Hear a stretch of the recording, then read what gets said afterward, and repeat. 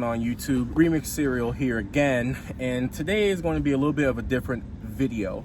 I've always wanted to talk about my hardships and what I had to go through to get this car, and I've always wanted to kind of speak out towards some of the people that may be my age, maybe some of my younger audience that may follow me on social media, and for those that are just wondering what I do for a living or how I obtain this car.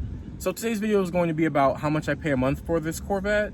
Today's video is going to be about what I had to do to get this car, and just the journey it's been to getting or financing a car that is this expensive at the age that I am, which I am 25 years old. It's not easy, but this video, I want this video to be inspiring to someone, or like little Jimmy or little Johnny that's maybe 20, 21 years old or 14 years old that wants a car like this. So today's video is going to be about just that. So let's hop into it. So this video is not going to have a lot of structure. I just decided to turn the camera on and start talking, which probably isn't the best idea for viewer retention, but I'm going to continue to talk anyway. So starting off at the very beginning, when you're young, at around like 18 or 19 years old, you get the idea that credit is free money. And I knew that there was always a gimmick. So I decided to educate myself with the topic of credit.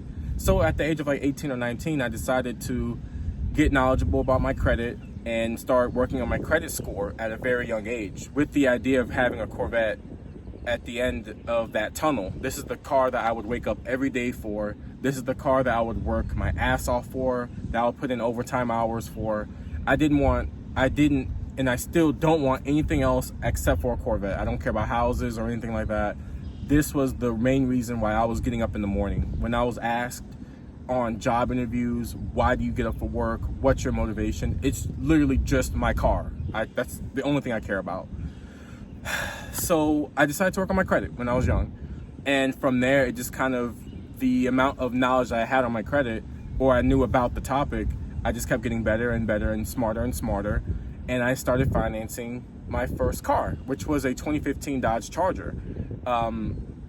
After I financed that car, I had that car for about 2 years, and then I realized that I shouldn't have bought a V6 and it was really boring.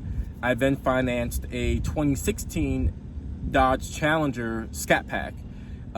With that in mind, I did lose a lot of money on that Dodge Charger. I believe I lost around maybe $8,000 on that car. I had a lot of negative equity. I had no co-signers. I was doing all of my financial hardships all through myself. I didn't have my parents co-sign. I didn't have my brother co-sign.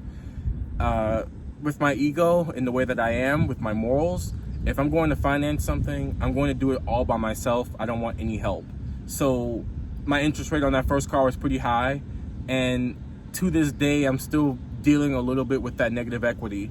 But yeah, those are the first two cars that I owned. I owned that Dodge Challenger for about 2 years. And then after that, I decided to get this Corvette. The opportunity just kind of fell in my lap to get this car. I did not expect to get this car at this age, at this time. It just kind of, everything just kind of worked out that way. And I'm going to get into why it worked out that way in the next clip. Up until last year, I was primarily doing contract work. I like to do IT work, help desk or IT support associate level stuff, level 2, or maybe some systems analyst work. And I was working off of contracts. So when COVID-19 hit back in 2020, I lost my job, and I still had my 2016 Dodge Challenger. I still had that car note, and I lost my job. And I lost that job, and I was out of work for about 7 months, and I was on unemployment. I'll be completely transparent with you guys. Last year was a really bad year for me, mentally, financially. I went through a lot of hardships that year. And if you're in the Chicago area and you know me personally, I wasn't at a lot of car meets. Things were really rough. I was, scrapping together money to make my payments, insurance, feed myself and my family.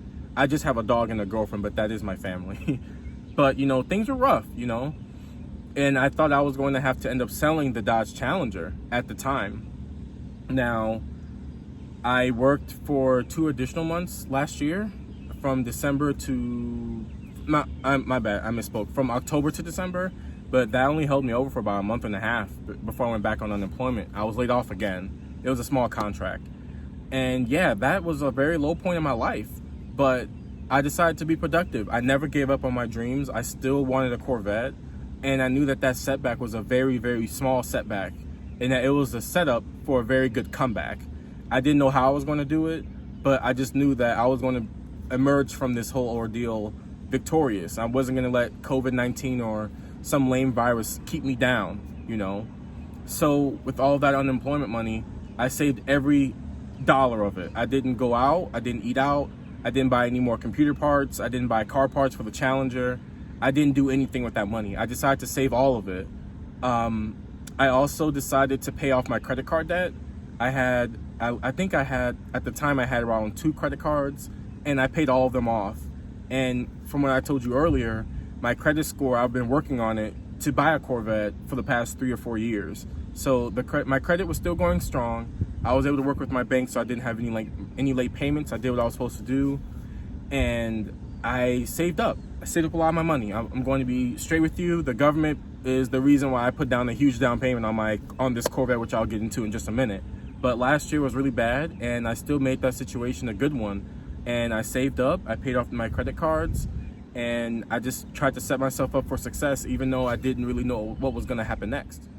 So after I saved up all that money, I decided, this is before I even had a full-time job. I was applying for the company that I work for today, and I was already looking at Corvettes and secondary vehicles to drive. At the time, my Challenger was the daily driver in the rain and the snow, and that wasn't working out. So if I was going to get a Corvette, I had to also look into a daily driver as well, and I wanted something with all the safety features too. So before I bought the Corvette, I actually went out and leased a 2021 Nissan Altima all-wheel drive, which is the car that you guys see in my videos some of the time.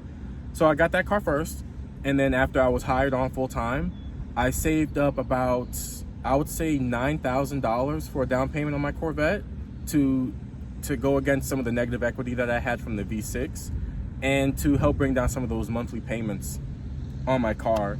So to the meat and potatoes of this video, I pay around $800 a month for this Corvette. I decided to send $1,000 to this car note to get ahead of the payments and to get ahead of the negative equity.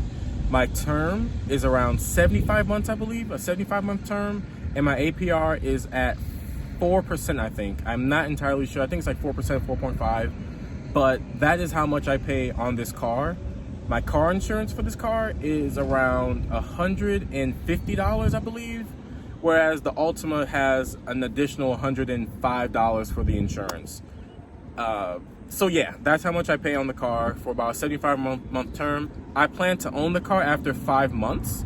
So yeah, I know what you're thinking. You're like, Remix, why did you just tell me your business? I don't even care. Listen, bro, listen. This video is for everyone that thinks that their dreams are unobtainable. There were days where I was like, I will never get a Corvette. I've thought that my whole life, right? I don't like school. I've never been to college, right? I've been to college for maybe like a month before I said that is trash, right? And last year I had no degree, no job. I was on unemployment, and you know, everything was just looking awful, right? So for you, that random guy out there that maybe your kid left you or your wife took everything and left, you know, no matter how far down you go, you can always climb back up. And dude, I have no degree. If an idiot like me, if I can do this, then Lord knows what you can accomplish.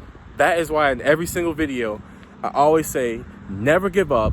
And I always also say, stay positive. Be a little positive. I rehearse my songs every day, it's so repetitive. I don't battle rap, but I ain't gon' lie, I'm competitive. I am the competition, I follow my intuition. Back then, all I did was wishing, that time is really ticking. I saw that sack, you know a nigga got to run it. I am the king, and your bitch kingdom